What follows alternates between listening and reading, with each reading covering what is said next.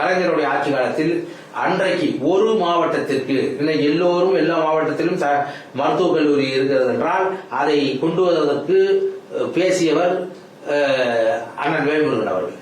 பொறியியல் கல்லூரி ஒவ்வொரு மாவட்டத்துக்கும் ஒரு பொறியியல் கல்லூரி கொண்டு வர வேண்டும் என்று சட்டமன்றத்தில் பேசி சட்டம் இயற்றி அதற்கான ஆவண செய்தி உறுதிமொழியை வாங்கியவர் அண்ணன் வேல்முருகன் அவர்கள். இன்றைக்கு ஒவ்வொரு மாவட்டத்திற்கும் கலை அறிவியல் கல்லூரி கொண்டு வருவதற்கு முதல்வர் நிர்பந்தப்படுத்தியவர் இவர். பரந்தூர் விமான நிலையம் வரக்கூடாது என்று உள்ளே போராடி கொண்டிருக்கிறவர் வேல்முருகன் அவர்கள்.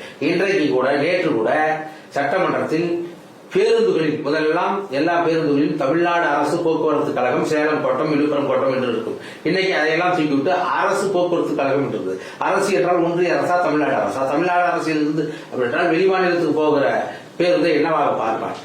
ஏன் ஆளுகிற திராவிட முன்னேற்ற கழக அரசுக்கு கூட இந்த தமிழை பற்றி இல்லாத அக்கறை அண்ணன் வேல்முருகன் அவர்கள் சுட்டிக்காட்டி இருக்கிறார். அதை ஆவண செய்ய வேண்டும் என்று போக்குவரத்து துறையினுடைய அமைச்சர் சிவசங்கரன் அவர்கள் பேசியிருக்கிறார்.